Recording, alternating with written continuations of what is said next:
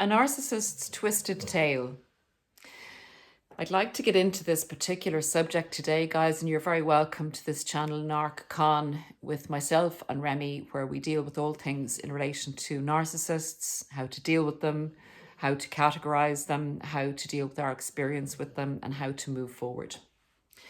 It's very interesting looking at public narcissists, or at least somebody who I would consider to be a narcissist, in my opinion, and to look at their behaviors in order to see in the public arena, more or less even see on film, how narcissists act, and to reference that to our own lives.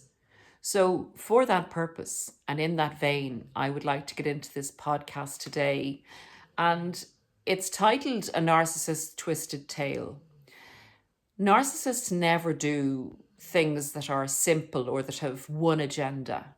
The way narcissists act and the way they go about things is in a very opportunistic, feely, instinctual way.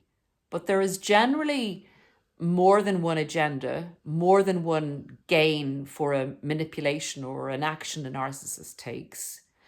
And there's also different ways they go about getting that agenda met at the same time. So if one approach doesn't work, they'll turn that up to using a totally different approach. And that's what's kind of happening here in this example that I'd like to speak about with you. So if you can bear with me to the end is the twist in the tale. So let's get into it. I'm actually talking about here Meghan Markle, Prince Harry, and the royal family, within particular reference to Princess Catherine. And I would like to take it as I have observed it in the public arena for everybody to see my analysis of what's actually gone down and what the narcissist is hoping to achieve at the end of this different approach. So to start off with, I know a lot of you will agree, persistence is often the winning manipulation or the winning method of getting a narcissist's needs met. They will push and they will push and they will push and they will continue to come at you with whatever their agenda is until the person gets so exhausted and worn down that they eventually will either give the narcissist a reaction, capitulate to the narcissist, or the narcissist will achieve the ultimate agenda they set out with by being persistent and not stopping for anything. You can see this persistent in the love bomb stage with the narcissist, and that's often how, people end up saying, seeing a couple and saying, how did that couple ever get together? I mean, the girl or the guy or whatever, or the two girls, the two guys, one of them started off not really liking this person, yet they're marrying them. It's the persistence of the narcissist, and they often get people when they're in their weakest moment.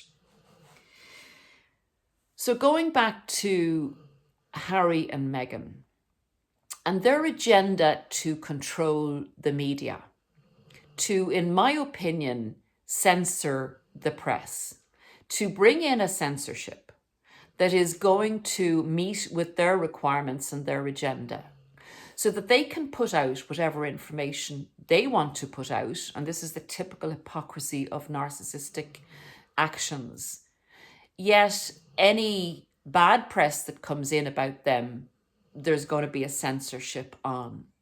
And this is a very dangerous situation. And again, anyone these days that has a control of the media and the press and what's put out on social media is in a very powerful position. Which brings me back to something Meghan Markle would have quoted on her original podcast, or whatever you wanted to call it, called The Tig, when she said she was little she dreamed of being a princess. And the princess that she wanted to be was Princess Shira, I think, was an 80s comic figure. Enlighten me if I'm not getting that right. But that princess was the princess of power. Narcissists want power and control. The hypocrisy of this wanting to control the media is basically shutting any negativity towards them down and allowing them and other people like them having the platform to say whatever they want to say. The recent speech she in particular gave was, I believe, on bullying of particularly females on social media and how against that she was. And it's interesting that she should start that at this stage, because after the actions and the exposure that these two have gotten in the last while, and the hypocrisy of them saying they want privacy, and then herself alerting all the photographers to where she's going to be, the hypocrisy of the New York car chase, where, in my opinion, she was presenting to Harry and the world as this much sought after star in the vein of Princess Diana, and how the bad, evil press were coming after to persecute her and, condemn her, as she was licking her lips over the fact that this is what she would like to happen, but not what actually happened. And the whole hypocrisy of them just wanting privacy, saying they want privacy, saying the press is hounding them, yet they stimulate the press to do this. Yet their actions are quoted in the press because of the general hypocrisy that they go on with. So that's just another part of this twisted tale that's coming. It's the start of the tale, and we'll see the twist at the end. So Meghan Markle went on about the bullying, particularly of women. I don't understand why it's particularly of women, by women, because there's just as much bullying of men. And in my view, men are just as important as women. But this is what she chose to speak about. Yet she has done more bullying of women than anyone I have come across, in particular, Princess Kate. They accused people in the royal family of being racist, and they let their mouthpiece, Omid Scobie, unveil who they thought those people were. First of all, it was one, and then it became two people that were allegedly racists in the royal family, and Princess Kate was exposed as one of these people. That is covert, passive-aggressive, very subtle, very sneaky bullying of a woman online through a third party. And as we know, narcissists use flying monkeys so that they cannot be held accountable. But that information had to come from the source, and she was the source.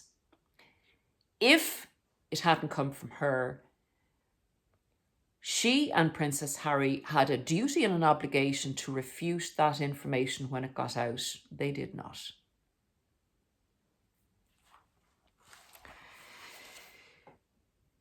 They have sought a reaction from the royal family for the last number of years by making money out of condemning them as being a cruel, uncaring, racist institution, when in effect, to all public evidence that they were treated extremely well, that they were given a fantastic wedding, that they were facilitated in every way possible, that they were given money in the first year to support them by Prince Charles, and off they went to live the life of their dreams, where literally instead of living a good and purposeful and fulfilling life, they slated the royal family and made money out of them. The royal family kept stum, didn't react to this narcissistic triggering over and over and over again with a persistence and consistency that would make you ill.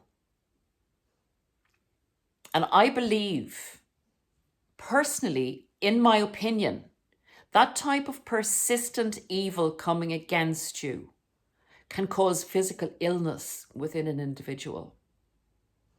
Because a narcissist has no empathy, the relentlessness and the persistence with which they go at their target, and their target can just be someone whose job they want, that they want that person rid, someone who has something that they want, a position or a husband or a wife, or more status and more power. They will go at that person with a relentlessness to destroy them in whatever way they can that's not going to get them locked up.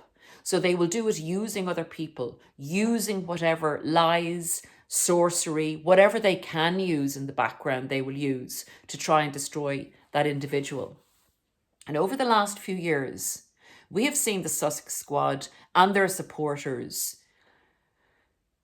go at the royal family consistently.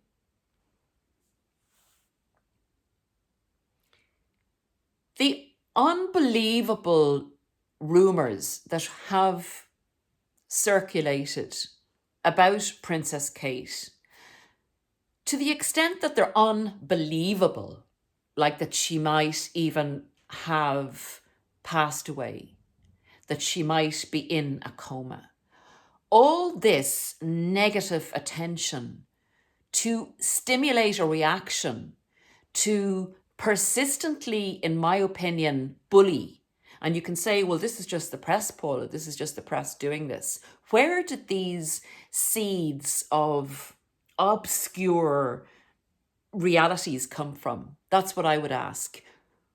Why did the press suddenly come up with all these fantastic, holistic, or whatever you'd like to call them, ideas, when all the woman was doing was recuperating after an operation in hospital, which she had put out there that she didn't need to put out. She was having an operation. She would be out of the public eye for 2 months. That's it. And instead of being allowed to rest in private and recuperate, these bombs kept coming at her from somewhere. I ask you, where do you think they came from? Now, we're coming near the twist, in my opinion, the twist in this tale.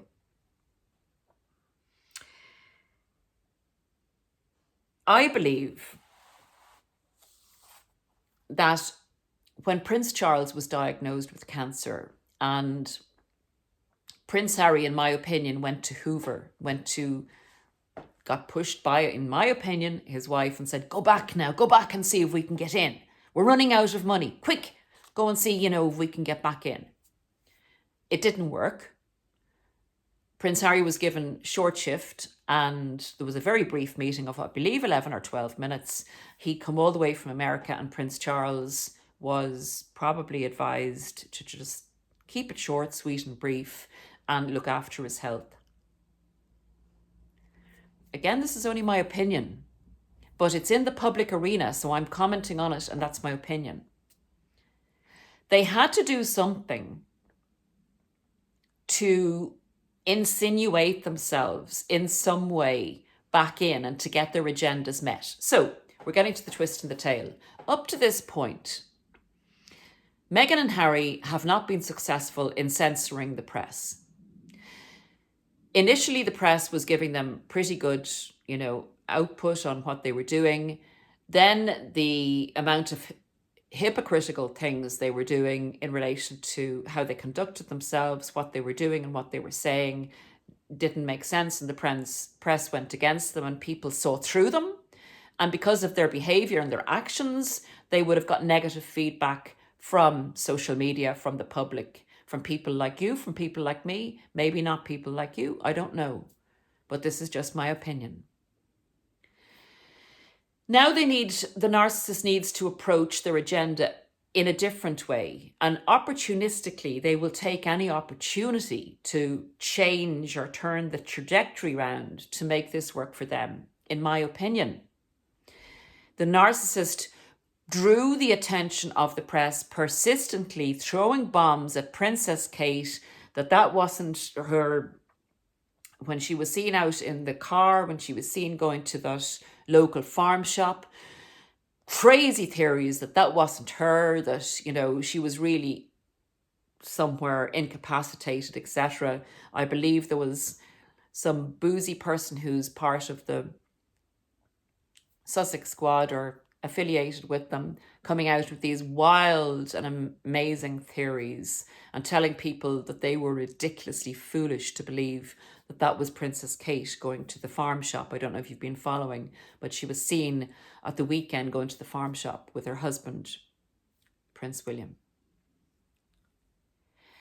Now, with that amount of pressure on a person who's sick, who said they were sick, who said they were needing time to recuperate,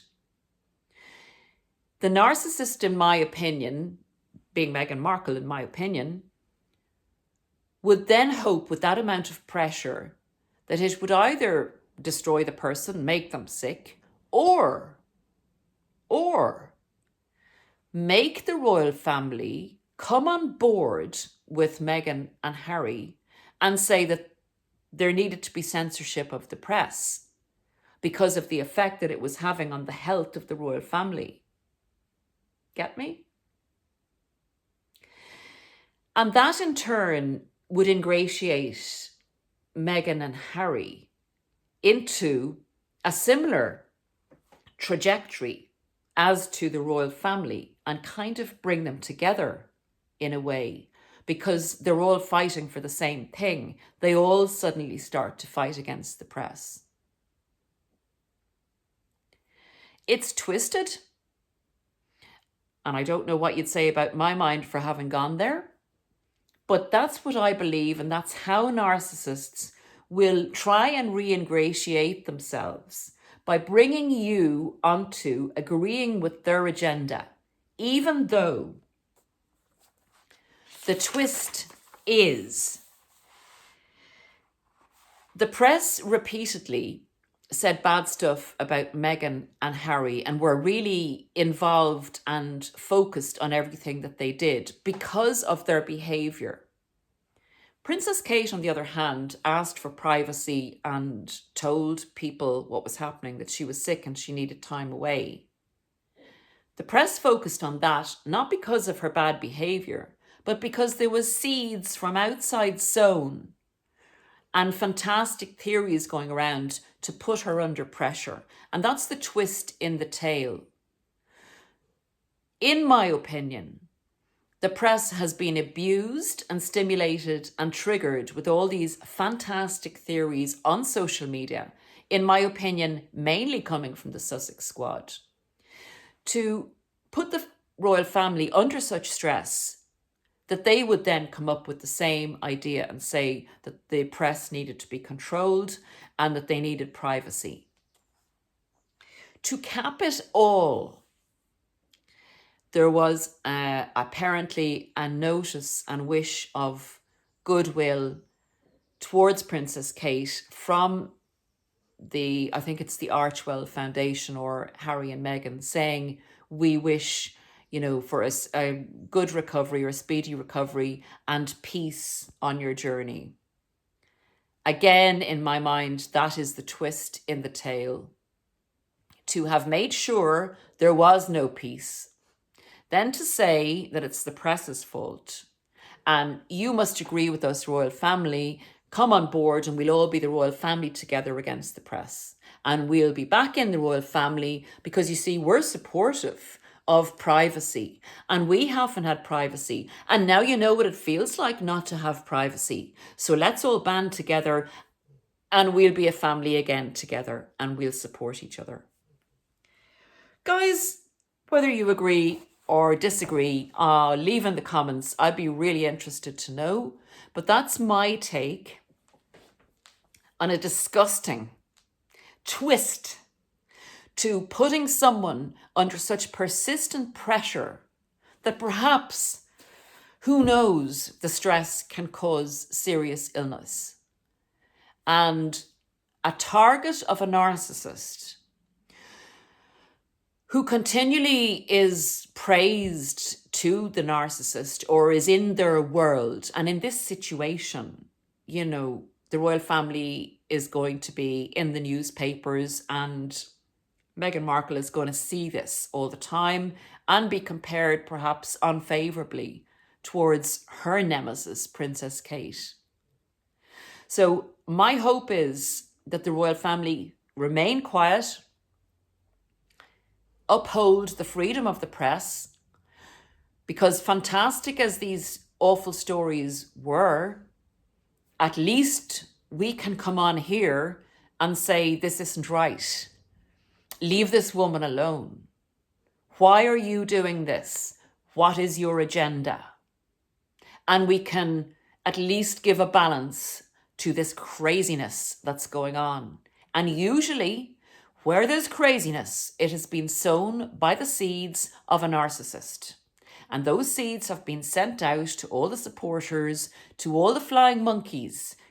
You may have experienced this in your own life, where a smidgen of truth, like you're ill, then turns into a huge drama that somebody shot you, that you were poisoned, that you're only making this up.